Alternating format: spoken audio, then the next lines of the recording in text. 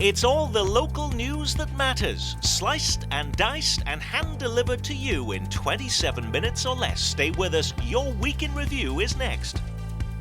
Week in Review is made possible through the generous support of Dave and Jamie Cummings, Bob and Marlise Gorley, Smithfield Foods, Haas and Wilkerson Insurance, the Courtney S. Turner Charitable Trust, John H. Mize and Bank of America N.A. co-trustees, and by viewers like you. Thank you.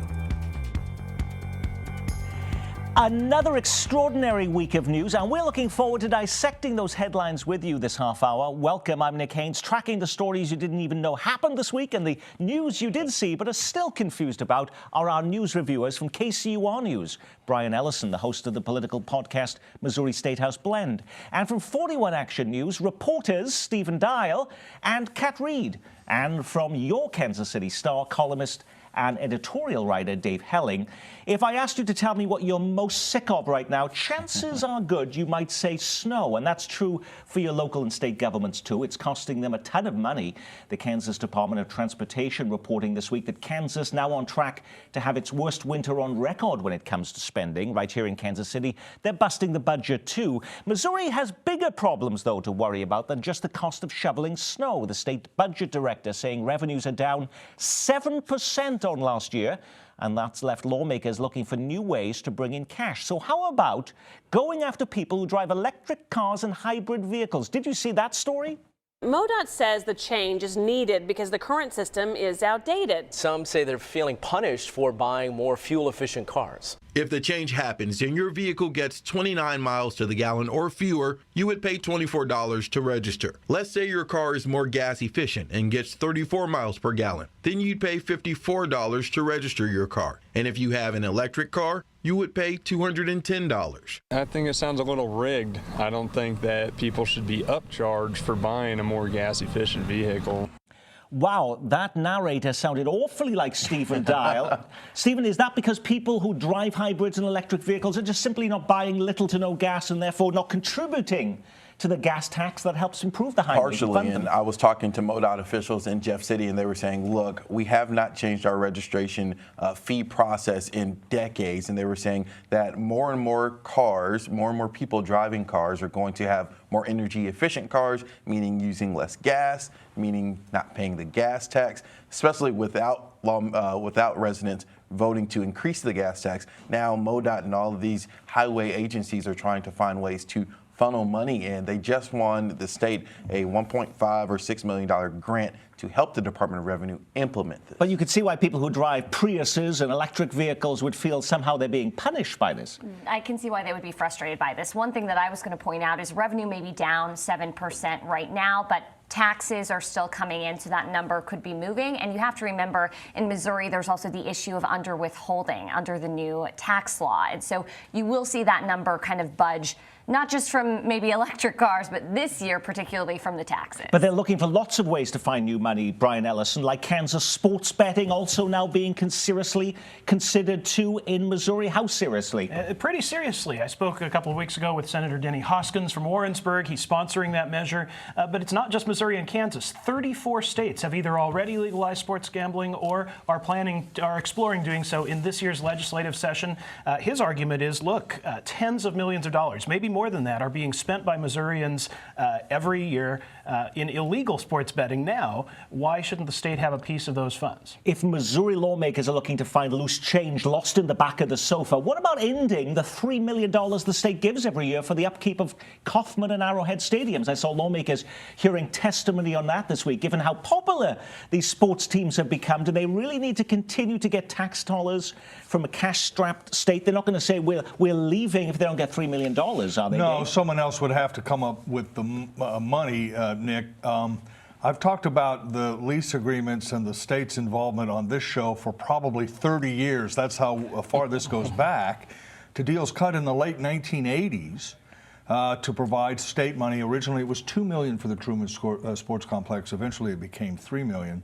One of the reasons that the state pays that cost is because back in the 80s, it also agreed to pay the cost of a domed football stadium in St. Louis. And Kansas City Interest said, wait a minute, if they're going to get money for their stadium, we need some money for ours as well. that deal continues. St. Louis is still getting the bonds paid for the stadium out of state coffers. So the idea that the Truman Sports Complex would continue to get its $3 million, and by the way, $2 million for Bartle Hall as well, comes up every year. But in the end, the legislature usually agrees to go along and pays that money. And part of Hoskins' gambling bill, as states try to regulate it, a percentage goes to veteran housing and infrastructure. Another small percent, but still money nonetheless, goes to sports facilities. And so that could also funnel money to. Can I just say this very quickly? We're writing an editorial for the weekend on the continuing conversations about downtown baseball in Kansas City. And the studies continue and the chatter continues. And it's enormously expensive. I mean, $1 billion to build a new stadium downtown for baseball, and you'd have to do the same thing for the Chiefs. The idea that the state would provide some of that money is really gone out of favor. There was a time when you could say, hey, state of Missouri, state of Kansas, this provides revenue for you, but lawmakers are just not buying it. That's why, by the way, the Rams left St. Louis. They couldn't get any state money, and we shouldn't look for state money for future endeavors. How about inviting Amazon to now build in Missouri? The headquarters they just pulled from New York. Governor Mike Parson telling Amazon officials Missouri is open for business. Is he really serious? Isn't Amazon done with this, Brian? Well, I think Governor Parson is certainly serious. He has been emphasizing economic development since even before he was governor. But the question is whether Amazon is serious. We all know that Kansas City Mayor Sly James worked very hard to get Amazon to take a close look at the city last time. Does not appear that they were given much consideration. The reality is that for Amazon, this isn't just an economic issue. Yes, there might be some financial incentives, but as many lawmakers made a point of this past week, if the state continues not to provide, for example, discrimination protections for LGBTQ people, a lot of companies are not going to take Missouri seriously as a possibility. You know, you look at the Missouri kind of pitch to Amazon, and they had actually put together $2.4 billion in incentives. So a ton of money, and so they were seriously trying to lure Amazon, but again, whether or not Amazon is interested. If you're a state lawmaker and you're trying to bring in more cash, how about ending a $500 tax credit for low-income senior citizens who live in rental housing? That's right, lawmakers began debating that measure this week. They claim it would save the state about $52 million a year. Could lawmakers have found a more economically distressed group, though, to balance the budget on? Seniors, low income, living in, they can't even afford their own home, renting. I'm sure they could try, Nick. You know, the circuit breaker, as that is sometimes called, that tax credit, has been on the possible cutting block for at least a decade in Jefferson City. The reality is that the broader economic picture means that you're going to have to find revenue somewhere. And if income taxes and corporate taxes continue to be cut by legislators, they're going to keep looking for these alternatives. And when you're talking about the discretionary budgets of the state, social services, education, there's not that many places that you can cut from. Now, while it's not a state issue, how we deal with our most vulnerable is playing out on the Kansas side too this week. Did you see the outrage in public in Olathe over plans to open a cold weather homeless shelter? Local residents were in tears, some terrified they could ever go to the local library branch for fear they may encounter a homeless person there. I work 2 jobs to buy a house in this neighborhood. My kids didn't have to deal with stuff like this. My children are at the elementary school 4 blocks away. I can't allow them to walk to school anymore. Kat, you were reporting on that story. With all of that indignation and the tears and the total fear for many people, how did the city council in Olathe, the city leaders, think about that? Was that a surprise to them? Well, so that meeting was just a neighborhood meeting, but they will be voting eventually on this permit. And it's not a surprise to the city, mostly because there have been quite a few police calls for service to the temporary shelter. So they knew that there would be some concerns, I think, from residents. How emotional that meeting got was maybe a little bit surprising. Got very tense at times, people raising their voices, yelling. It's one of those situations where people, I think, say we understand the need for a homeless shelter, but I don't know if I want it next to my child's elementary school. Brian.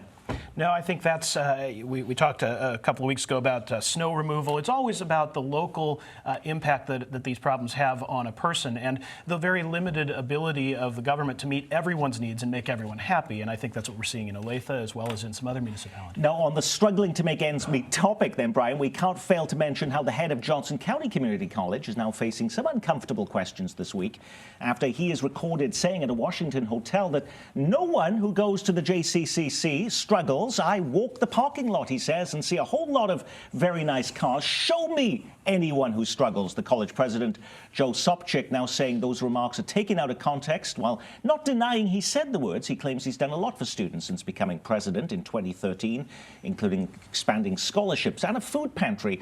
But are student staff and community members infuriated, or are they more upset that someone would be recording a conversation next to you in a restaurant booth while you're eating at a conference 1,000 miles away? Well, there might be a few discussions about that, but in the world in which we live, your comments, particularly if you're a public figure, should be understood to be in the public domain, and that's what happened in this case. I think some tweets had something to do with it, and some other issues.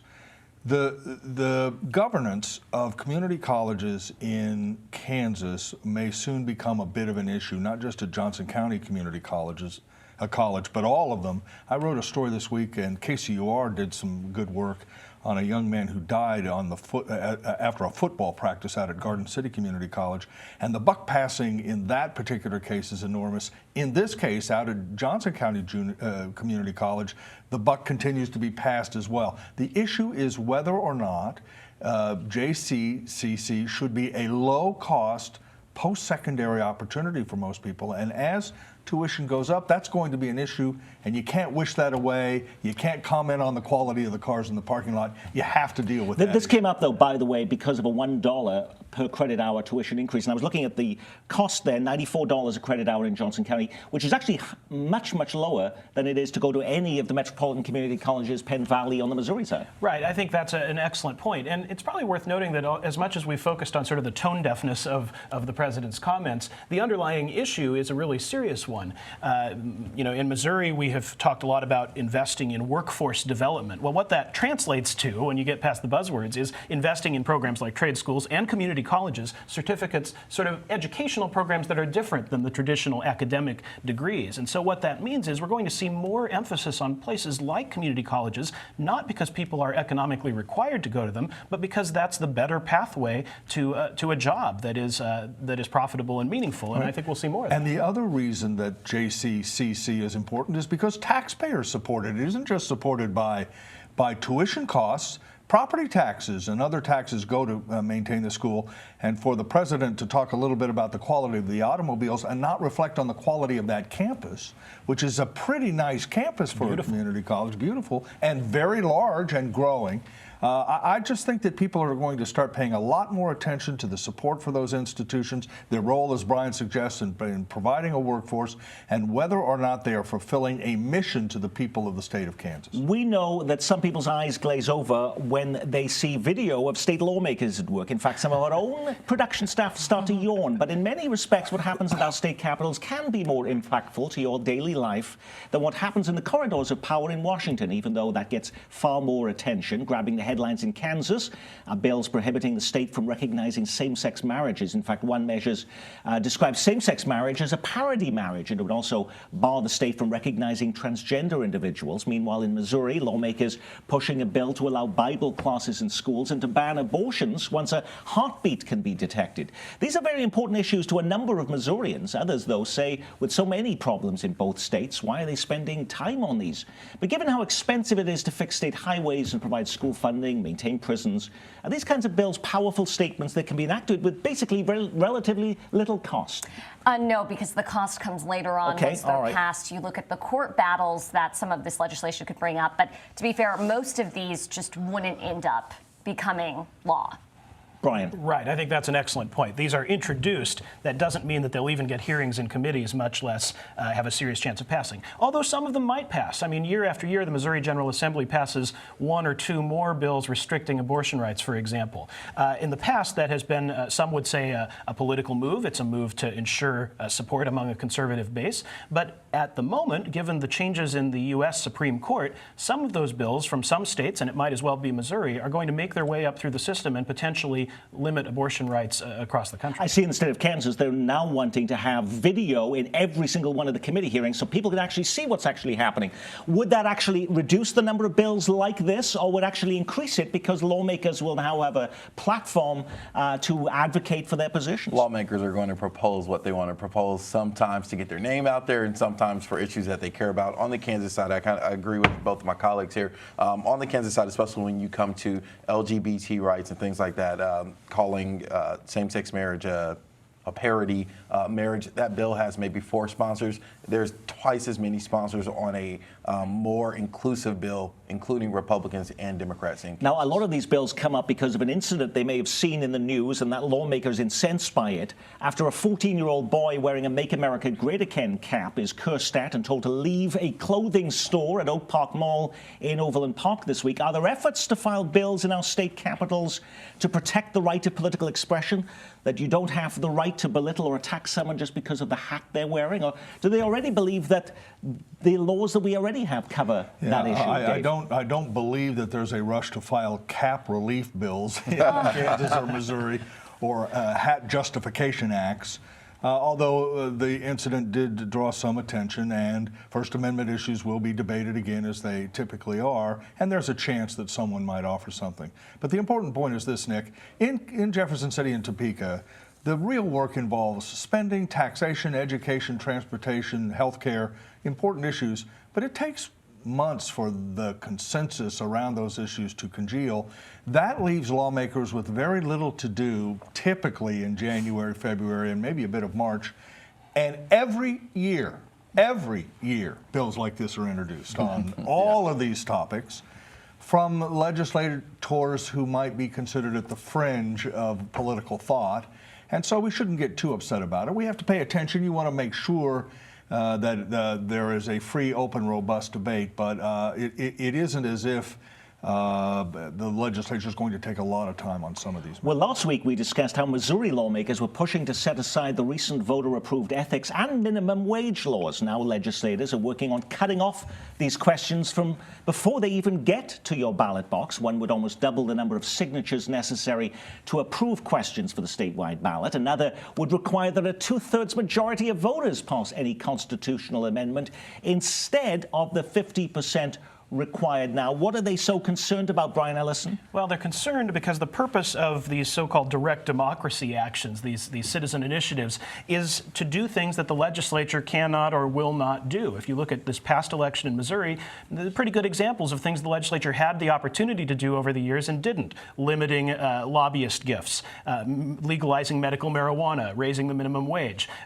People acted because the legislature didn't act. You know, it is actually pretty hard to get these things on the ballot now. That's what at least supporters of citizen initiatives will tell you. 8% of voters across 2/3 of the state's congressional districts.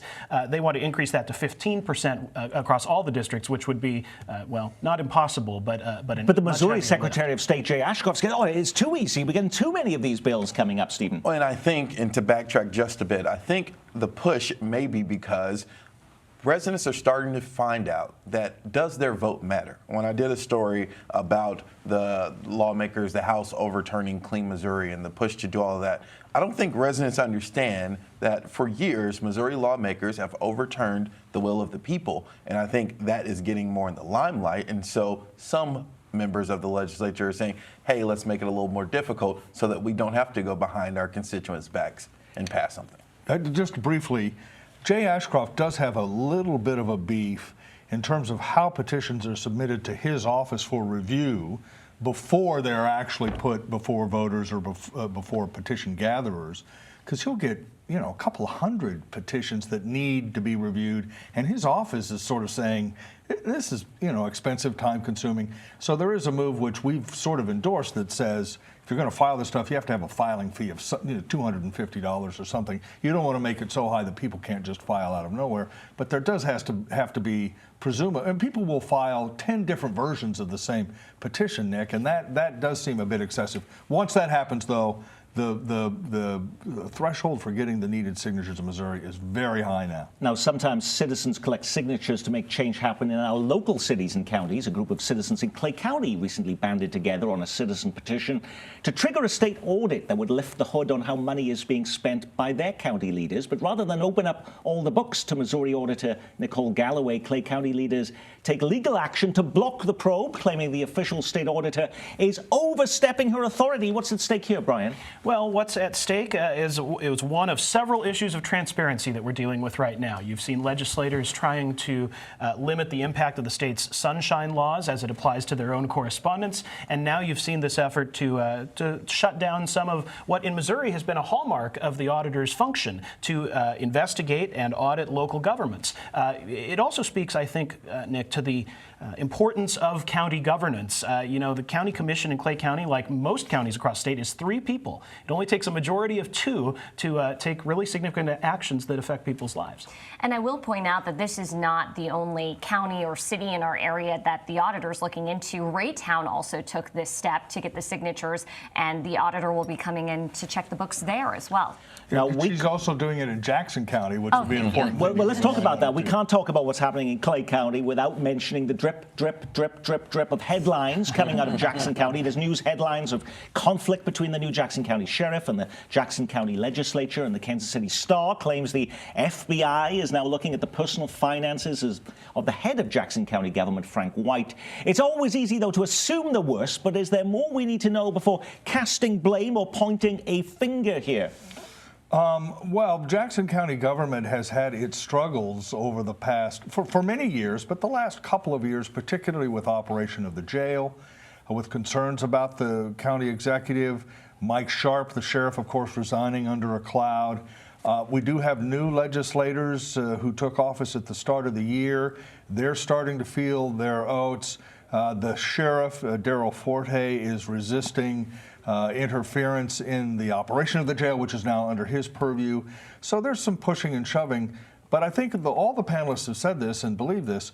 County government does have some important functions, and they do tend to operate a bit under the radar. We pay a lot of attention to the city council, for example, less to the county legislature. And so this kind of effort to bring transparency is good on almost every level. Well, next up, we head to the upcoming election. While the mayor's race is getting all the attention, you will also be voting in April on a sales tax to expand pre-K in the city. Mayor Slade James has pushed for this, but by the day, one group after another is pushing back in opposition. Every school superintendent affected by the tax opposed. And now we learn the NAACP, the Urban League, the black political group Freedom Inc., the Teachers Union, and the League of Women Voters all now opposed. They are hosting a collective press conference actually on Monday to voice their concerns. But ultimately, do any of these groups matter? It is the voters who will decide this. I mean, these groups and their opinions matter a lot. Specifically, the fact that so many superintendents are opposed to this. But I think it'll be interesting to see what happens when people go to vote, because you look at even mayoral candidate Scott Taylor. He said, I don't really support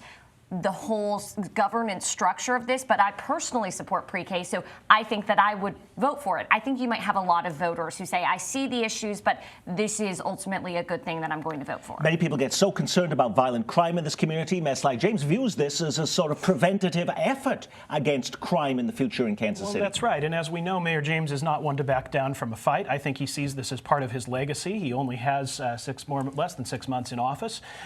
From his very first State of the City address, Mayor James said education was one of his priorities, which was a head scratcher for a lot of people. What does the mayor have to do with education? But you're right. He sees this as key to the other priorities he has for the city, including economic growth, including crime prevention.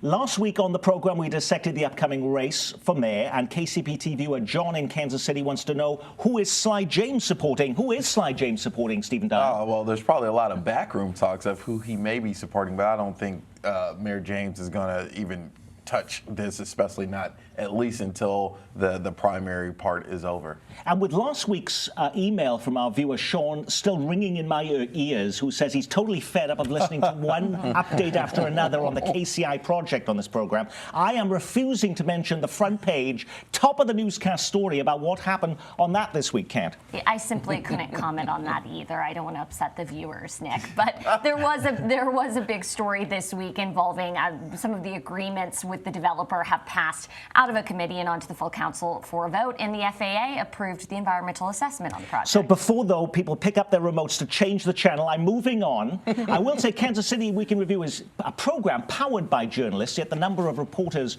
rolling up their sleeves each week to chronicle life in the city is shrinking at a rapid rate, and it got a whole lot smaller this week as the Star lost 24 senior staffers as part of a new buyout offer from the paper's corporate ownership group. I'd never mention it if it weren't for the fact that gone are some well-known names you've seen on this program, including Steve Kraske and Lynn Horsley. Steve, though, will continue to appear as he beefs up his presence on KCUR radio, but with fewer eyes reporting on what's happening. Are there some winners in this, like corporations that don't want to follow the rules and public officials that can skirt by with your public money because no one is watching, Kat? I think you look, Lynn Horsley in Johnson County has just done some tremendous work. Her, watchful eye has uncovered so many stories. Having those people at every meeting, having them covering this is so important. And yes, I think it's a huge loss for the community. Brian. And I think it's also a loss to those newsrooms. I think we underestimate the way the ecosystem of a newsroom works. You have to have the experienced veterans, not only to share their sources and their knowledge, but to provide wisdom and perspective. And as the Kansas City Star, like any other newsroom, is getting younger and less experienced, those are some excellent professionals in all of those places, and yet we all are the lesser for it, and our journalism is the lesser for it. And finally, while most of Kansas City will be glued Sunday night to the latest episode of Victoria on KCPT, on another channel they're showing a little show called The Oscars. Will you be seeing this man take the stage to claim the movie world's biggest prize? That's KU film professor Kevin Wilmot, who helped Spike Lee write the screenplay for the film Black Klansman. That's up for 6 Academy Awards. Wilmot, by the way, you may recall, is the indignant professor who made news for wearing a bulletproof jacket to classes on the Lawrence campus. Any word on whether he'll be wearing that for the Oscars ceremony? Does anybody know?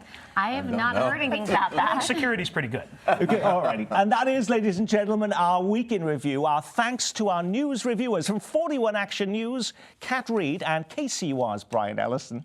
41 Action News reporters Stephen Dial and the Kansas City Star's Dave Helling. I'm Nick Haynes. From all of us here at KCPT, we've done it. We've reviewed the week's news. Thanks for spending part of your weekend with us.